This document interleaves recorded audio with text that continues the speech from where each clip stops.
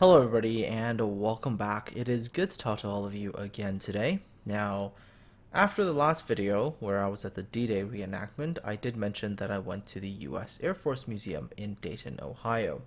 So this video will cover that entire museum visit, which actually took 2 whole days. But before I get to that, let me first announce the winners for the t-shirt, the tote bags, and things like that. So here you go. The first person that pops up, you won 4 pins, because hey, surprisingly, that is what you wanted. And then, of course, the next two, you guys got a tote bag and pins. And the people at the bottom here, you guys got t-shirts.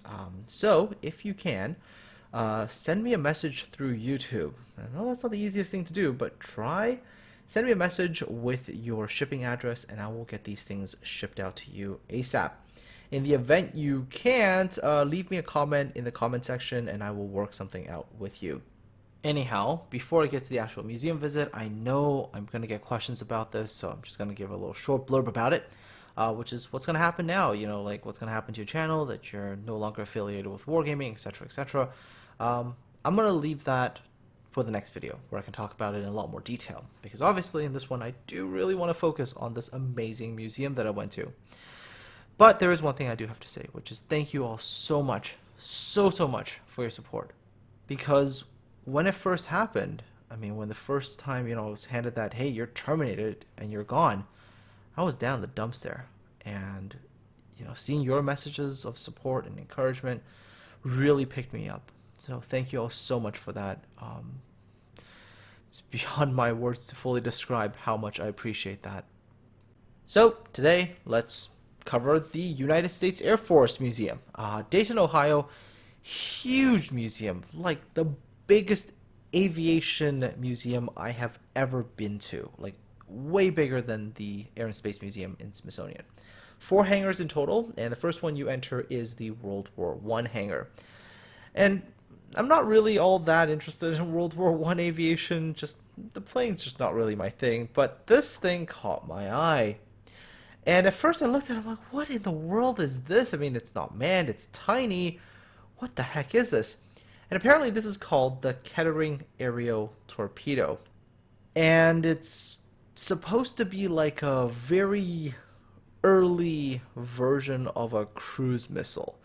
Where the aerial torpedo bit came in, I'm not really sure, because if you actually read the description of the weapon, it's supposed to fly a certain distance, and then it's supposed to stop its engine, eject the wings, and come down in a trajectory, and then explode. It sounds a lot more like an actual cruise missile, kind of like a bomb. Not so sure where the torpedo bit came from, but anyways, really neat little weapon. It's I think it was like the first flight was like 1918. Didn't really go into service because they were afraid that it might land on Allied troops, but neat little thing to see nonetheless. Now, one of the really cool things about the US Air Force Museum was the fact that a lot of their aircraft had unique little stories, about that one specific aircraft. And it's something that when I was talking to some of the volunteers at the museum, they were like, yep, this is something that we actively try to do. Find aircraft with cool little stories to tell. And if I was to actually have gone through the entire museum and read everything, I think I could have been there for another like 4 or 5 days. Now, for those of you in the future, thinking about visiting this museum, go there, but make sure you stay a good couple of days, because admission to the museum is free. You might as well read everything. So in this video, I'm going to try to stick to planes with interesting stories, or just planes that I personally really like. Now this one I thought had a pretty cool story. It's a B10, the first monoplane bomber in US service, and apparently the museum looked worldwide for a good number of years to try to find this not so common aircraft. And eventually they found one. And they found one, and it was all the way in Argentina. Because way back in the day, Argentina had bought some of these bombers, used them, but eventually they were relegated to training duties. And this particular one was, at the end, being used by technicians, really, to learn how to service aircraft. And so they found this aircraft, and obviously they had to acquire it. Argentina eventually donated it to the United States government. And of course, the plane was moved to the museum. So quite a neat story on how they managed to acquire this particular airframe. Moving on, and occasionally you will see little sort of setup shots like this. And this one, I walked in, I was like, well, that pilot doesn't look like he's wearing any kind of flight gear. And there's a story to this. The person dressed in red is the pilot, Lieutenant Rasmussen. And what was happening here was the attack on Pearl Harbor was happening. And Lieutenant Rasmussen jumped out of bed, realized they were under attack, ran down to the flight line, found most of the aircraft there destroyed, except for a few P-36s, managed to get in to this particular aircraft, closed the cockpit, taxied out onto the threshold of the runway, and of course, crap was happening all around him. There's planes flying around, bombing stuff. Manages to take off with a couple of other pilots. They got vectored out over the bay, engaged in a dogfight with like 11 Japanese fighters, obviously Zeros. Managed to shoot one of them down, but his own plane got absolutely riddled with bullets and cannon shells. Over 500 hits in all. His canopy was gone, his rear tail wheel was shot off, no flight controls here and there. Still managed to get his plane into the cloud, then come in for a landing. So, pretty amazing story. And like I said, there's a lot of really nice stories in the museum where, again, they really try to pick aircraft that had a certain kind of history. While the majority of the museum's aircraft are U.S. Air Force aircraft, they did have foreign-built aircraft as well. This one here being the Mitsubishi A6M20. They found this particular aircraft in Papua New Guinea and had been there since World War II, was flown to Rabaul for operations around that area. Very neat aircraft to see in the museum and in very good shape as well. So as I make my way through the Second World War gallery, little fighter, little one in the corner, sort of underneath a B-24 suddenly catches my attention. I'm like, that's a C-200. What's the story behind this particular aircraft? Well, this one had a pretty cool little story as well. So in 1942 in November, this aircraft was transferred to North Africa. And it got there and pretty much was abandoned at Benghazi after the Battle of El Alamein. And then apparently what happened is the British captured this plane. Then, subsequently they shipped it over to the United States, where the US took this aircraft around, put it in a bunch of exhibits, showed it off to sell a bunch of war bonds. So once that was done, this aircraft was acquired by another museum, and then eventually a private owner bought it. So once this private owner bought it, he reached out to the original manufacturers of this aircraft, where then they restored it back to its original condition. And then finally, the aircraft was acquired by the U.S. Air Force Museum. And there you go. Another really cool little story. And the really neat thing I found, is that the aircraft that had these stories were the original aircraft.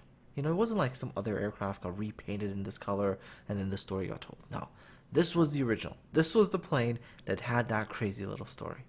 Absolutely love these stories, and I have a lot more to share with you in this video. Then, of course, you do have certain aircraft, the ones that just jump out at you, right? So as you're walking through World War II section, B-17. Just one of those aircraft that just grabs your attention. Just how big it is, actually, compared to a lot of the other things. And very, very good, very well-preserved example of the aircraft here. Now, from what I've heard, the U.S. Air Force Museum also has the Memphis Belle of movie fame, but that aircraft is also in the museum's possession. However, at this time, they are still restoring her, so she's in the restoration hangar, and so unfortunately, I did not get to see her. And yes, for certain shots, I was on the floor with my camera, and people must have thought, what a weird guy, why is he on the floor? Now, across from the B-17 is this Junkers Ju-88, and when I first looked at the aircraft, I'm like, hold on a minute, that's not Luftwaffe insignia. Indeed, it was Romanian Air Force colors. So what's the story here? Well, apparently in World War II, Romania, being an ally of Germany, got German military equipment, including this Ju-88. Now, in 1943, a disillusioned Romanian Air Force pilot took his Ju-88, flew it across to Cyprus, and promptly surrendered to the British. The British then turned this particular aircraft over to the US and said, go ahead, test it to your heart's content. Which the US did. She was thoroughly flight tested and everything. And then once World War II was finished, the aircraft was stored in the Arizona desert all the way until 1960 when she was moved from the desert storage location to the Air Force Museum. As we kept going through the gallery, we came upon a B-29. Now, first of all, big aircraft, right? At least for World War II standards. But this particular one, maybe it was just me, but I mean, I got a bit of an eerie feeling from it. Now, this is Boxcar, and this was the B-29 that was responsible for the nuclear bombing of Nagasaki. And there was just something about being around this plane. It was just like there was that eerie kind of feeling. Now, I got to see all the other aircraft, including other nuclear-capable bombers, but none of them, I think, gave off the same kind of feeling. Now, around this B-29 display, they actually had models or replicas of the bomb as well, the Fat Man bomb. This is the one that was dropped on Nagasaki. Next to it, they had the little boy one, which is the one dropped on Hiroshima. And when you actually look at the story behind this one, this was actually an operational bomb that was demilitarized for display purposes. So, yeah, there was a lot of eeriness around this display, gotta say that. Anyhow, I do kind of have to move out of the World War II galleries if I ever intend to actually reach the end of this video within somewhat reasonable time, because there were just so many aircraft. I think there's over like 400 in total, so I'm only going to be able to show you just a few of the ones that got my attention. Of course, in the World War II gallery, you also had an ME-262, the world's first operational jet fighter. And yeah, it's very, very nice to see this particular aircraft in person. This aircraft was actually brought over back to the US for flight evaluations. And of course, things that were the innovations of the time were then subsequently used on later fighter designs, which you will begin to see as we move into the Korean War gallery. Moving into the Korean War gallery, and of course you saw a lot of the famous aircraft from that particular era, things like the F-86 Sabre. But this aircraft is probably the most famous one there. This is a MiG-15, and it's not just any MiG-15. This is the one that was brought over by a North Korean pilot. Now, the first MiG-15 to come into the hands of the US, right? And they were able to flight test it, figure out all of its strengths and weaknesses, and basically, get the inner workings of the most advanced Soviet aircraft at the time. As you keep going through the Korean War gallery, you come upon this thing, and you're probably looking at that going, wait a minute, that looks like a tall boy with fins on it. Yep, basically a controllable tall boy bomb. Imagine the British had this thing when they were going after the Tirpitz. Yikes. Right next to that controllable tall boy bomb was this B-29 fuselage painted in the markings of the bomber called Command Decision, which during the Korean conflict shot down 5 MiG-15s.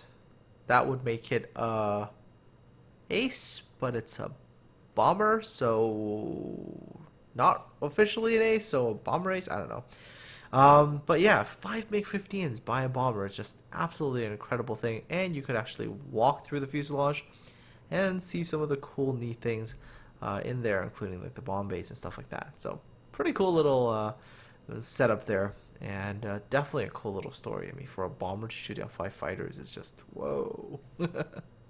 So once you finish the Korean War gallery, you head towards the Vietnam War gallery, and the most imposing thing there is this B-52, and holy crap is it big.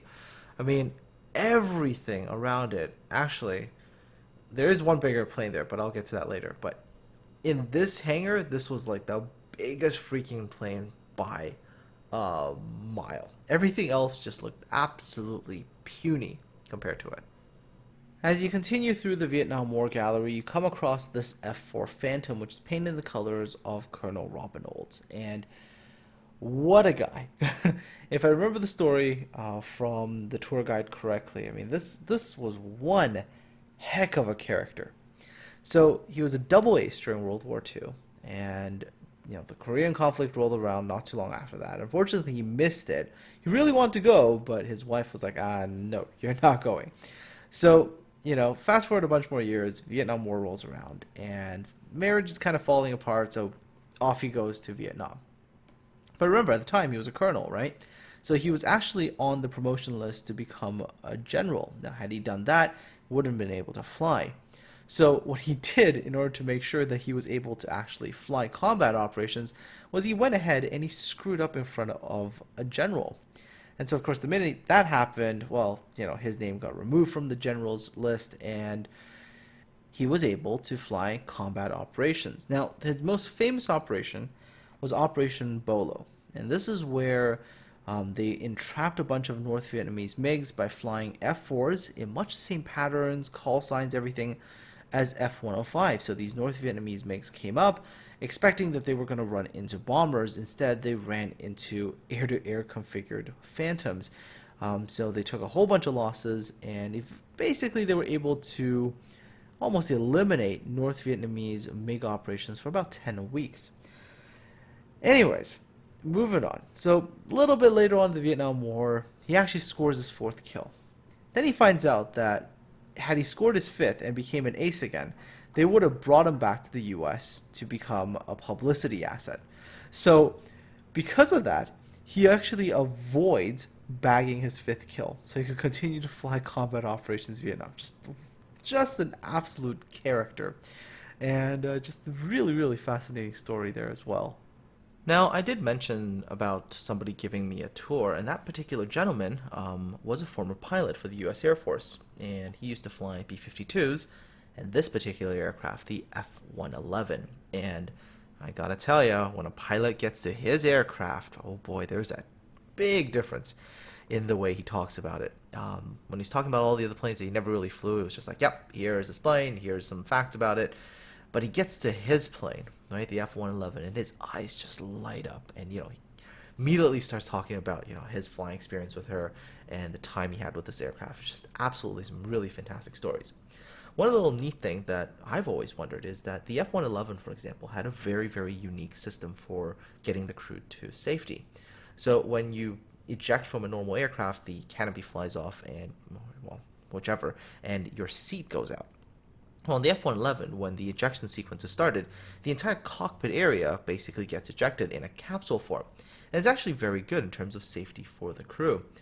And, really prevents them from suffering injuries and stuff like that during the ejection phase. So I was just like, well, if it was such a good idea, why don't they do this in any of the other aircraft? And so I had the opportunity to ask, and the gentleman was like, right. Great escape system, but too heavy.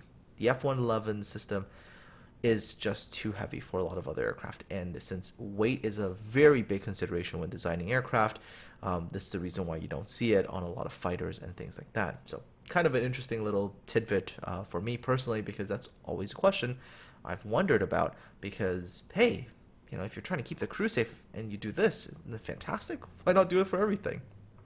Now, remember when I was talking about the B-52 and I was like, well, it's not the biggest aircraft at the museum. Yeah, this is the biggest aircraft in the museum. Once you walk into the Cold War gallery, which is hangar number 3, you see this aircraft. It's just like you walk in and there she is. Biggest plane by far, right? B-36 was initially designed during the Second World War as an intercontinental bomber. And the thinking was that if Britain were to fall, America would need a bomber that could get to Europe and back. And so they designed this thing. Of course, Britain didn't fall, so that's why they didn't actually end up needing this. Of course, when the Second World War ended, they needed a nuclear deterrent bomber with intercontinental range, and of course, they brought this thing back. Absolutely a giant aircraft. Actually, one of the funny things is when you first see it and you look at the fuselage, you're like, hey, that actually looks like, an airship. It's like the blimps, it's kind of got that very sort of balloonish kind of feel. I don't know why. It's a very weird little feeling. Anyways, and as you can tell, view from above, look at that wingspan. Absolutely giant aircraft. You might also notice that there's a giant single wheel landing gear there. And it has a story too. So when the aircraft was first designed, it was designed during the Second World War, where most bombers had singular wheels. And so what happened was that, the designers said, okay, cool, we have this much weight for this aircraft, this much weight fully loaded, etc. And, we need landing gear. So they did their calculations and they said, okay, we need a wheel this size. Of course, what ended up happening is that when they, took this aircraft and they rolled it out onto the, ramp area, well, the concrete beneath it started to crack because the weight wasn't well distributed, as it was only a single wheel. And as you can see afterwards, they had a design change, and you can see that in the distance there is I believe that is a 4-wheel undercarriage, 2x2. Of course, that allowed for much better weight distribution, and of course, allowing the aircraft to go onto ramps and runways without cracking the concrete. It is also the reason why when you see a lot of the current day large jets, like the C-17 or even large commercial jets, you see many, many wheels. It's just for better weight distribution so they don't actually crack the surfaces the plane is on top of. And here's a more sort of sweeping look of the Cold War gallery, and as you can see, there are tons and tons of aircraft. There's just no way I'm going to be able to cover all of these aircraft in one video, otherwise the video would be hours long. But if you are ever in the area, so that would be like Dayton, if you're around Cincinnati or Columbus, you should definitely go and make the trip to the museum and see it. Absolutely phenomenal, tons of things to see. As you move in through the Cold War gallery, another interesting aircraft that you come across is this MiG-29 Fulcrum, and it's an A model. And so when I first saw this, I was like, oh, that's interesting. Where did this plane come from? And if you look at the info card, it talks about the plane, but doesn't really mention where the aircraft actually came from. So I had to do a little bit of digging online. Apparently, this particular aircraft was acquired by the US in 1997 from Moldova. So after the Soviet Union split apart, Moldova became an independent state, very, very small state, but had 30 some odd MiG-29s. Now the US, wanting to prevent these MiG-29s from being sold to Iran because some of them were nuclear capable, decided to buy them. And so they got 21 of them in total. And the one that you see here is the early A model. The other ones, what happened to them, it's all classified top secret. But cool little story nonetheless. This particular aircraft, I believe, was then repainted back into Soviet colors to signify a guards regiment. Now, not too far from where the MiG-29, the F-15, are parked, there is this very sleek looking bomber, the B-1B. So for those of you who aren't a fan of the big lumbering ones like the B-52 or the B-36, and you prefer the sleek looking ones, this one's kind of got you covered, although there is a sleeker looking one, which I'll get to in a little bit. But yeah, this particular aircraft was part of the force reduction in 2002 by the US Air Force in order to save costs. And here she is, absolutely beautiful looking bomber. Now, if you were looking for something with a little bit more of a British flair, there is this Tornado GR1, which was donated to the museum by the Royal Air Force. This particular aircraft, I believe with the nose art misbehaving, served with 17 Squadron in Saudi Arabia, painted in desert camouflage. So yeah, I mean, for those of you who prefer aircraft made by the tea-sipping folk, here she is. Very, very beautiful nonetheless. The most memorable story for me while I was at the museum involved this airplane, F-106, and it was memorable because it was just a crazy story. So apparently in 1970, this aircraft was on a training exercise, was flying, and the aircraft went into a flat spin. The pilot, realizing that there was no way for him to recover from this flat spin, decided to eject. Well, after the pilot ejected, the aircraft then just recovered into normal flight by itself, and then just kept flying. I mean, that's just kind of crazy, right? Plane just kept flying, ran out of fuel, eventually managed to make a very gentle landing on a snow-covered field, where the Air Force was able to recover it, repair it, and put it back into service. Just absolutely crazy story. Remember I was talking about the B-1B and I was saying, she's not the sleekest bomber there. That's because the title for sleekest bomber at the museum goes to this baby. XB-70, absolutely the prettiest airplane, at the museum, at least in my opinion. And if you're talking about bombers, this one's gotta be my favorite. In terms of fighters, yeah, the F-14 is probably my favorite, but when it comes to bombers, this one steals my heart. She is beautiful, especially if you've ever seen her pictures in flight when she had the wingtips folded down for high speed. Oh, beautiful airplane. Only 2 of them ever built. One of them was lost in a mid-air accident. So this is the last surviving XB-70 anywhere, and to see her was just awesome. One thing I do have to kind of point out as well is when you actually think about this particular bomber, Mach 3 capable, very high speed, high altitude, and it was basically envisioned and built in the late 50s, early 60s. And if you think about it, that's only like 20 years after World War II. So within 20 years, look at the astronomical, difference in technology between the Second World War and, the early Cold War. Absolutely amazing aircraft to look at, and very happy that I was able to see her in person.